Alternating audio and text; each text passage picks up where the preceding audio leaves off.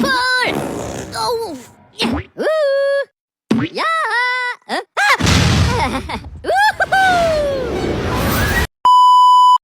Assalamualaikum warahmatullahi wabarakatuh. Perkenalkan, nama saya Siska Damayanti dengan NIM 44250-785. Di sini saya akan menyampaikan kampanye tentang pajak. Setiap pagi, kita bangun dan menjalani hidup seperti biasa. Kita melewati jalan raya, anak-anak yang pergi ke sekolah, kita berobat ke puskesmas atau rumah sakit. Kita menikmati listrik, air, dan semua fasilitas umum. Namun, pernah nggak sih sekali kita bertanya, siapa sih yang membiayai semua ini? Jawabannya bukan orang lain, jawabannya adalah kita semua.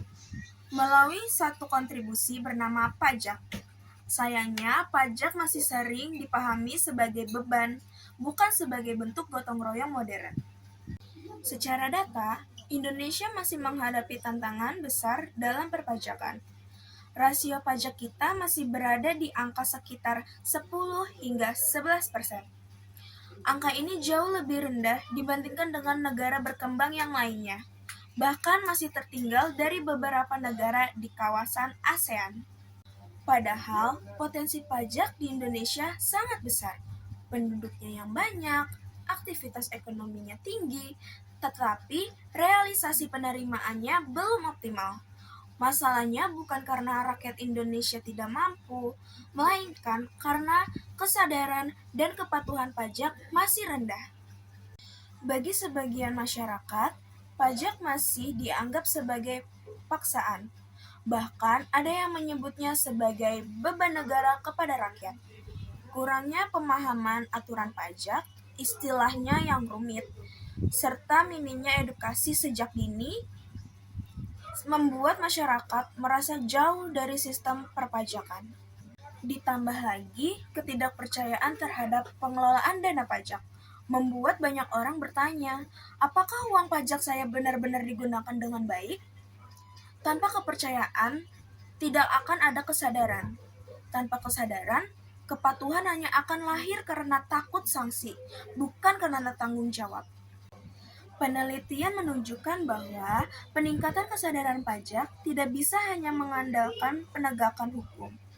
Kesadaran pajak harus dibangun sejak dini, melalui pendidikan formal, melalui lingkungan keluarga, dan melalui komunikasi yang tepat. Ketika anak muda memahami bahwa pajak adalah bagian dari kontribusi sosial, mereka tidak lagi melihat pajak sebagai kewajiban yang menakutkan. Setiap peningkatan edukasi pajak sebesar 10% terbukti mampu meningkatkan kepatuhan sukarela hingga 7%. Ini menunjukkan bahwa pendidikan adalah investasi jangka panjang dalam sistem perpajakan. Di era digital, cara menyampaikan pesan pajak juga harus berubah. Kampanye melalui media sosial, konten edukatif TikTok, Instagram, dan YouTube membuat pajak terasa lebih dekat dan mudah dipahami.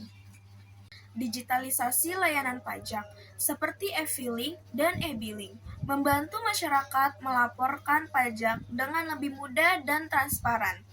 Ketika sistem semakin sederhana dan terbuka, kepercayaan masyarakat pun akan mulai tumbuh. Lebih dari sekedar penerimaan negara, pajak memiliki peran besar dalam menciptakan keadilan sosial. Melalui pajak, negara dapat membangun infrastruktur, memberikan bantuan sosial, mendukung UMKM, serta memastikan pelayanan publik berjalan dengan baik. Pajak memungkinkan yang kuat membantu yang lemah.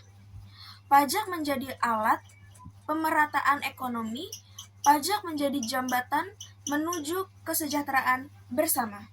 Kesadaran pajak bukan hanya soal angka dan laporan, ini soal karakter bangsa, soal kejujuran, soal tanggung jawab, soal kepedulian terhadap sesama.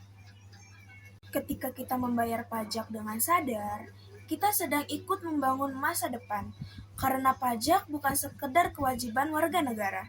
Pajak adalah investasi kita untuk Indonesia yang lebih adil dan kuat. Di bagian awal, kita sudah memahami bahwa pajak bukan sekedar kewajiban administratif. Pajak adalah bentuk partisipasi kita sebagai warga negara. Namun, kesadaran pajak tidak muncul begitu saja. Kesadaran tumbuh ketika masyarakat memahami mengapa pajak itu penting bagi seluruh warga negara. Tanpa kesadaran, kepatuhan hanya lahir karena takut sanksi. Tapi dengan kesadaran, kepatuhan lahir karena tanggung jawab. Salah satu tantangan terbesar dalam perpajakan adalah kepercayaan masyarakat. Ketika masyarakat tidak memahami alur perpajakan, muncul anggapan bahwa pajak tidak memberikan dampak nyata. Padahal, pajak menjadi sumber utama pembiayaan negara. Dari pendidikan, kesehatan, hingga infrastruktur. Oleh karena itu, membangun kesadaran pajak juga berarti membangun kepercayaan antara negara dan masyarakat. Edukasi menjadi kunci utama dalam menumbuhkan kesadaran pajak. Ketika masyarakat diberi pemahaman yang sederhana, jelas, dan berkelanjutan, pajak tidak lagi terasa rumit dan menakutkan. Edukasi pajak tidak hanya dilakukan di ruang kelas, tetapi juga melalui media digital, lingkungan sosial, dan komunikasi sehari-hari.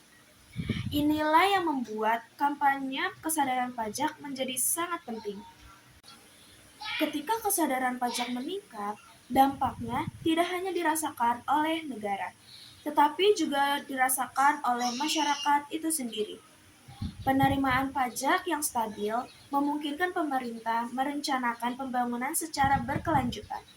Dengan demikian, manfaat pajak dapat dirasakan secara lebih merata oleh seluruh lapisan masyarakat.